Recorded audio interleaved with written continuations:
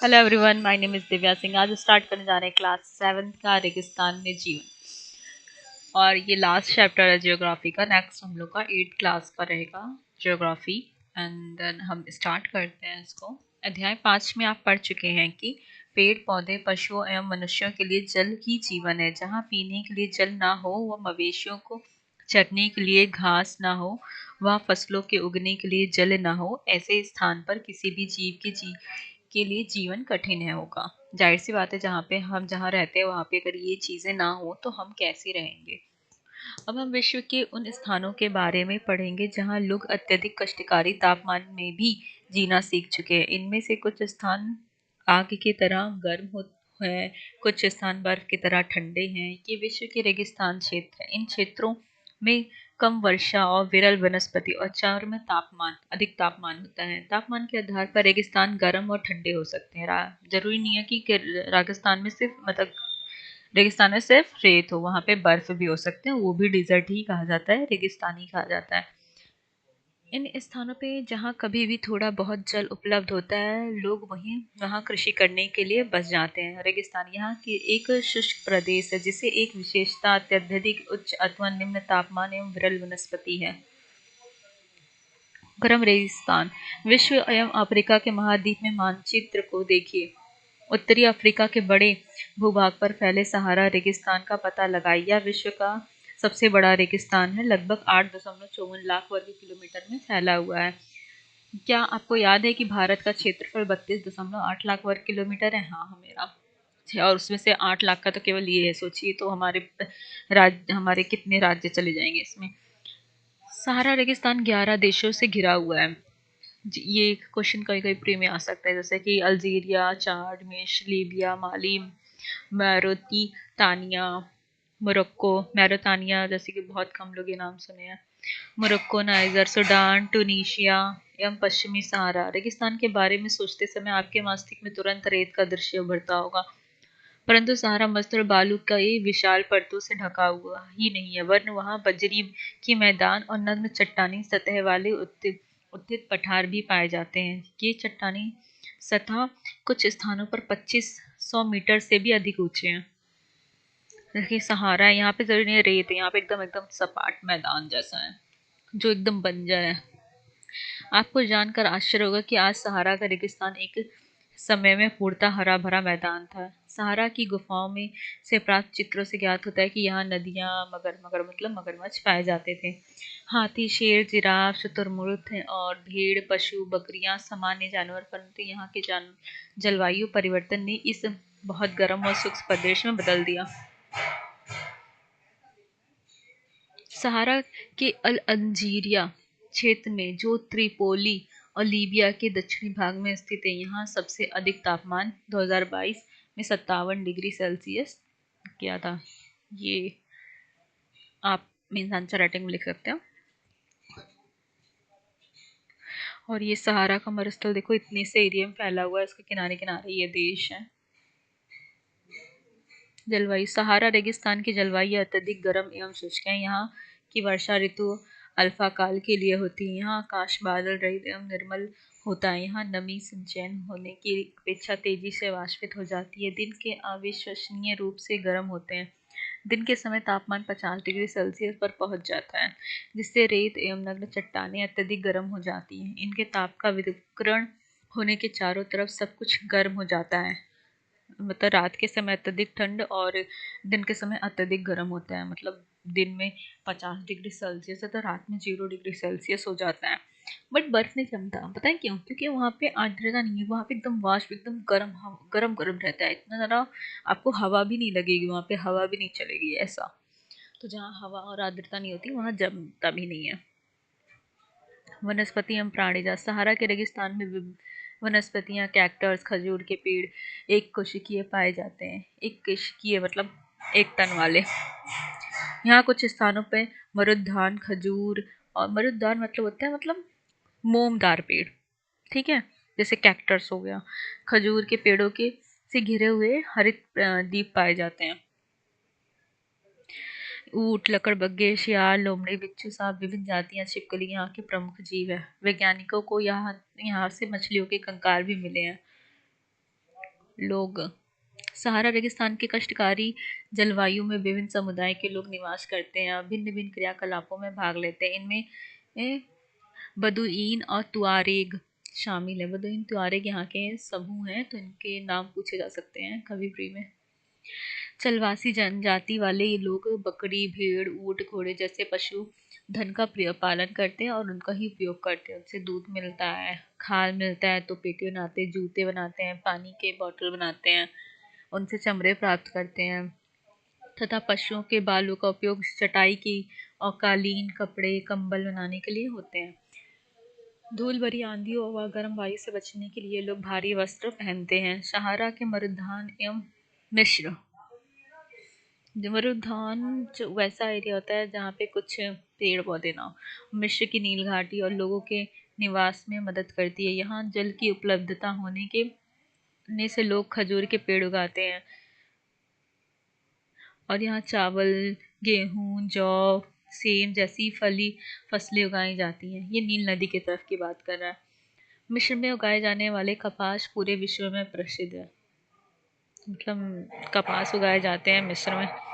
तेल की खोज संपूर्ण विश्व में अत्यधिक मांग वाले इस उत्पाद का अल्जीरिया, लीबिया, मिस्र में होने के कारण सहारा रेगिस्तान में तेजी से परिवर्तन हो रहा है। इस क्षेत्र में पर्याप्त अन्य तथा महत्वपूर्ण खनिजों, लोहा, फास्फोरस और मैग्नीशियम, यूरेनियम सम्मिलित है।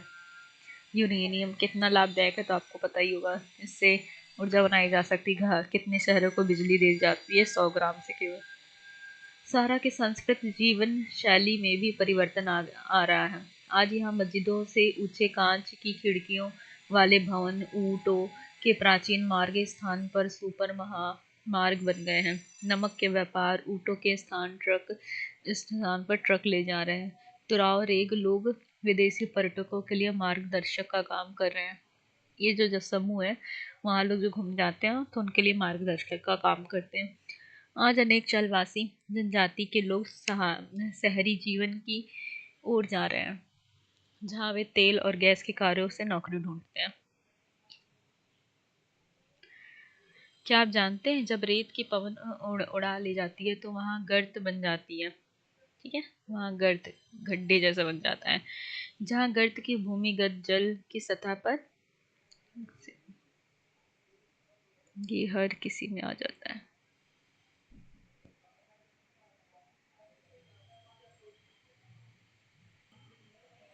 तो वहाँ पे गर्त बन जाती हैं जहाँ भूमिगत जल सतह पर आ जाता है और जहाँ वहाँ मरुद्यान बनते हैं। यहाँ क्षेत्र उपजाऊ होते हैं, लोग इनके आसपास निवास करते हैं। वहाँ खजूर के पेड़ तथा अन्य फसलें उगाते हैं। कभी कभी मरुद्यान आसपास रूप में बड़ा भी हो सकता है। मोरक्को के टैफी लालटीन मरुद्यान ऐसी एक विशाल मरुद्यान है जहाँ 13,000 के वर्ग किलो क्षेत्र में फैला हुआ है। आज अनेक चलवासी जनजाति लोग शहरी जीवन की तरफ जा रहे हैं। इस वजह से ठंडा रेगिस्तान जैसे लद्दाख। लद्दाख शब्द दो शब्दों से बना। लाख का अर्थ है पर्वतीय दर्रा तथा दाख का अर्थ है देश।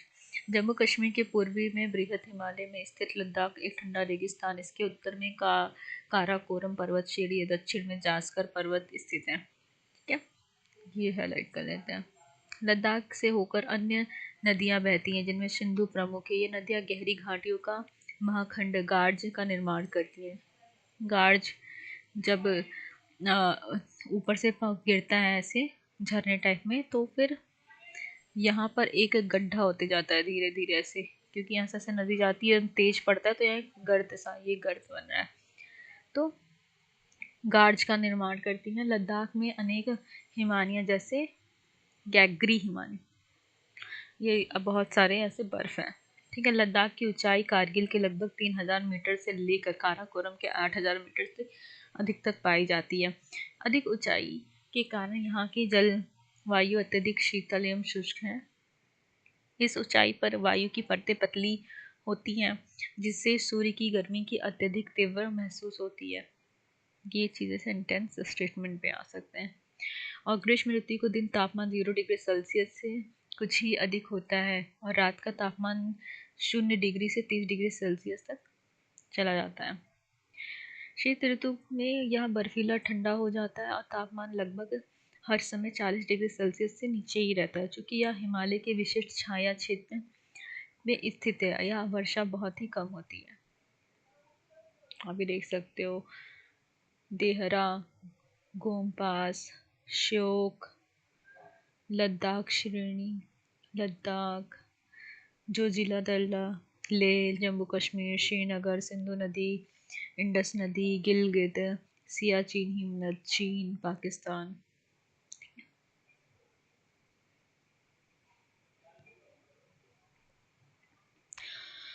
है मुश्किल की 10 सेंटीमीटर प्रति वर्ष यहाँ क्षेत्र में बर्फीले हवाओं एवं तेज से जलाने वाले सूर्य तप का अनुभव करता है। यह जानकर आपको आश्चर्य होगा कि यदि आप सूर्य की धूप में इस तरह बैठे के आपके पैर और छाया में हो तो आप एक साथ एक समय में ही उष्माघात एवं तुषार और उपघात कैसे ग्रसित हो सकते हैं, क्योंकि बहुत तेज़ी हवाएं चलती हैं तो हवाओं के साथ बर्फ जैसा चलता है, तो आप एकदम होता नहीं है कि कभी ठंडी कभी गर्मी, ये सब चीज़ें धूप भी दोनों, क्योंकि ऊपर रोशनी बहुत तेज लगती है, तापमान अधिक हो जाता है। जबकि बर्फ के ऊपर तापमान ऊपर जाते हुए तापमान घटता है, लेकिन सूरज की रोशनी का तो जो तापमान होता है वो लगता है। वनस्पति जाति एवं प्राणी जाति या उच्च शुष्कता के कारण वनस्पति विरल है। यहाँ जानवर के चरने के लिए कहीं कहीं पर घास एवं छोटी झाड़ियाँ मिलती हैं। घाटी के सरपत मतलब विलोय, घाटी के सरपत को विलोय बोलते हैं। विलोय एवं पॉपुलर के उपवन देखे जा सकते हैं। ग्रीष्म ऋतु में सेब और खुबानी एवं अखरोट जैसे पेड़ पल्लवित होते हैं। लद्दाख में पक्षियों की विभिन्न प्रजातियां नजर आती हैं। इनमें से रॉबिन, ये भी इम्पोर्टेंट है, रॉबिन, रेड स्टार्ट, तिब्बती स्नोकॉक, रेवन एवं हूप यहाँ पे पाए जाने वाले सामान्य पक्षी हैं। इनमें से कुछ प्रवासी पक्षी हैं जो लद्दाख के पशुओं में जंगली बकरी और जंगली भेड़, याक या विशेष प्रकार के कुत्ते आदि पाए जाते हैं। इन पशुओं को दूध, मांस, खाल प्राप्त करने के लिए पाला जाता है। याक के दूध का उपयोग पानी एवं मक्खन बनाने के लिए होता है। भेड़ बकरी बालों का उपयोग ऊनी वस्त्र बनाने के लिए होता है। लोग, क्या आप लद्दाख एवं तिब्बती तथा मध्य एशिया में निवासी के बीच कोई समानता पाते हैं? यहाँ के लोग, अधिकांश लोग तो मुसलमान हैं। यहाँ बौद्ध, वास्तव में लद्दाख के अनेक बौद्ध मठ अपने परंपरागत गोपा के साथ स्थित है। कुछ प्रसिद्ध मठ हैं जैसे हेमिश, थिक से और शो और लाम मायूर। एक सेकेंड डिलीट करते हैं। लद्दाख क्षेत्र में अनेक बौद्ध मठ परंपरागत गोपा के साथ स्थित हैं। ने कुछ प्रसिद्ध मठ हैं, ये सब मठ हैं हेमिस, थिकसे, शो, अलामायूर। ग्रीष्म ऋतु में यहाँ के निवासी जौ, आलू, मटर, सेम, सलजम की खेती करते हैं। शीत ऋतु में जलवायु इतनी कष्टकारी होती है कि लोग धार्मिक अनुष्ठानों एवं उत्सव में अपने आप को व्यस्त करते हैं। यहाँ की महिलाएं अत्यधिक परिश्रमी होती हैं। वे केवल घर और खेतों में काम नहीं करती बल्कि छोटे व्यवसाय एवं दुकान भी संभालती हैं। लद्दाख की राजधानी लेह है। सड़क एवं वायु मार्ग द्वारा भली भांति जुड़ी हुई है। राष्ट्रीय राजमार्ग 1A लेह को जोजिला दर्रा से जोड़ता है। राष्ट्रीय ये जो कि कश्मीर घाटी से होते हो जाता है। क्या आप हिमालय की कुछ अन्य दर्रों के बारे में बता सकते हैं? इसको जरूर देखिएगा। यहाँ के मुख्य क्रियाकलाप पर्यटन है। देश विदेश से अनेक पर्यटन के लिए आते हैं। गोपा दर्शन, घास के मैदान, हिमनदों की सैर एवं उत्सव तथा अनुष्ठानों को देखना यहाँ का प्रमुख पर्यटक आकर्षण है। यह पारंपरिक वेशभूषा में लद्दाख की महिलाएं। ठीक। आधुनिकीकरण के फलस्वरूप यहाँ के जनजीवी और में परिवर्तन आ रहा है जनजीवन में, लेकिन लद्दाख के लोगों ने शताब्दियों से प्रकृति के साथ समन्वय एवं संतुलन करना सीखा है। जल एवं ईंधन जैसे संसाधनों की कमी के कारण ये आवश्यकता अनुसार मितव्ययता से ही इनका उपयोग करते और कुछ व्यर्थ नहीं जाता। मनाली लेह राजमार्ग के चारों दर्रों से गुजरता है तथा रोहतांग, बारा लोचा दल्ला और लुनांग लाचा दर्रा, ये मनाली के राजमार्ग के दर्रे हैं। और टंगलंग या राजमार्ग केवल जुलाई से सितंबर के बीच खुलता है, जब बर्फ के मार्ग से हटा दिया जाता है।